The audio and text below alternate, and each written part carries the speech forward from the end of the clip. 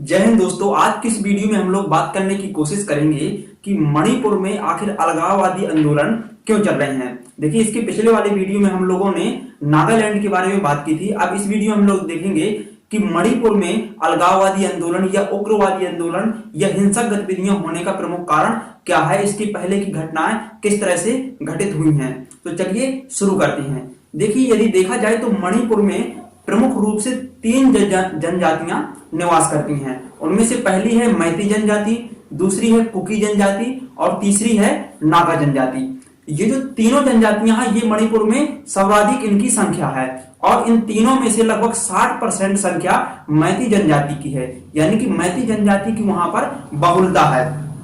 और यदि देखा जाए तो मैती जनजाति के लोग हिंदू संप्रदाय को मानते हैं, यानी कि हिंदू धर्म को पालन करते हैं और वैष्णव धर्म की परंपरा को ये लोग फॉलो करते हैं। ठीक है। और इसके बाद ये जो तीनों जनजातियां हैं, ये जो इनमें से जो मैती है ये निवास करती है इस समतल भागों में। और इसके अलावा नागा जनजाति, ये एक्चुअली जो नागा जनजाति है ये नागालैंड में पाई जाती है, लेकिन इसका कुछ भाग नागा जनजातियों का ये मणिपुर में निवास करता है। तो इस तरह से नागा और कुकी ये दोनों पहाड़ी भागों में निवास करती हैं, जबकि मैती जनजाति के लोग ये समतल भागों में निवास करते हैं मणिपुर में। इस तरह से आप देखेंगे कि वहां पर कैसे ये जो अलगाववादी आंदोलन है, किस तरह से आंदोलन शुरू हुए।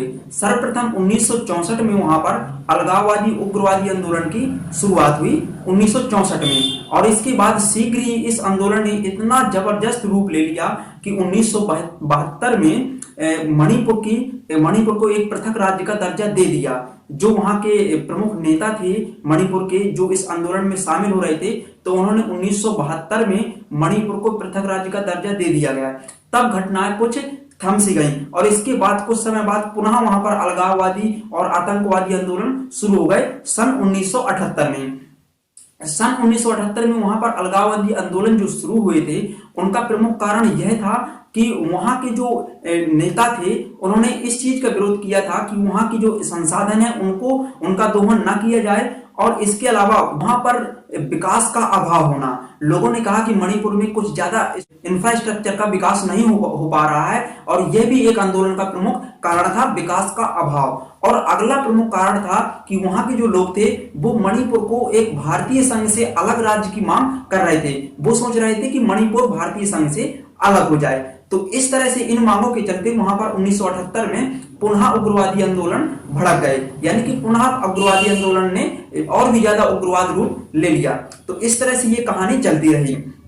इसके बाद यदि हम देखें तो वर्तमान में मणिपुर में लगभग 34 स्थानीय दल हैं, यानी कि 34 स्थानीय दल हैं और इनमें से कुछ दल ऐसे भी हैं जो नरम चीजों को फॉलो करते हैं, यानी कि कुछ शांति प्रिय हैं, लेकिन उन्हीं में से कुछ उग्रवादी लोग शामिल हैं इन दलों में। कुछ दल उग्रवादी इस सिस्टम को फॉलो करते हैं। तो यदि देखा जाए तो ये जो मणिपुर में 34 स्थानीय दल हैं, तो इन्होंने 1999 में कुछ दलों ने मिलकर, यानी कि 34 में से कुछ दलों ने मिलकर एक अलग से एक पार्टी बना ली, यानी कि एक अलग से दल का निर्माण कर लिया, जिसका नाम था Manipur people liberation front. Manipur people liberation front. तो इस तरह का कुछ दलों में से, यानी कि जो 34 दल हैं उनमें से कुछ ने निकलकर एक अलग से दल का निर्माण कर लिया, जिसका नाम था मणिपुर पीपल लिबरेशन फ्रंट। तो इसका प्रमुख काम क्या था? ये सोचता था कि हम लोग जो देखिए, जो मणिपुर पीपल लिबरेशन फ्रंट था, इसमें बहुत से ऐसे समूह थे जो आतंकवादी गतिविधियों को अंजाम देते थे।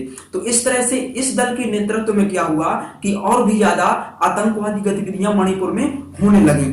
ठीक है। तो इस तरह से वहां पर देखिए, मणिपुर भारत का एक ऐसा राज्य है जहां पर सबसे ज्यादा आतंकी गतिविधियां होती हैं, यानी कि अन्य राज्यों के मुकाबले वहां पर ज्यादा आतंकी समूह सक्रिय रहते हैं। हालांकि लोग मानते हैं कि जम्मू कश्मीर में थे कुछ आतंकी समूह और वहां पर आतंकी गतिविधियां ज्यादा होती हैं, लेकिन वहां पर उग्रवादी दल इतने अधिक सक्रिय हैं कि वहां पर मणिपुर नंबर 1 पर है अपने पूरे इंडिया में आतंकी गतिविधियों के मामले में। ठीक है। तो ये जो समूह है, यहाँ पर 34 समूह हैं, तो ये समूह सभी लगभग आतंकी गतिविधियों को अंजाम देते हैं। तो क्या होता है एक्चुअली मणिपुर में अलगाववादी आंदोलन का प्रमुख कारण ये है कि इन दलों में आपसी सहमति नहीं बन पाती है। जब इन दलों में आपसी सहमति नहीं बन पाती है तो ये किसी भी बात के लिए आंदोलन का रास्ता अपनाते हैं। और जैसे ही ये आंदोलन करते हैं तो ये आंदोलन शीघ्र ही काफी ज्यादा उग्रवाद का रूप ले लेता है मणिपुर में। इसके अलावा मणिपुर में जो 3 स्थानीय जनजातियां हैं, जिनमें से हैं मैती जनजाति, कुकी जनजाति और नागा जनजाति,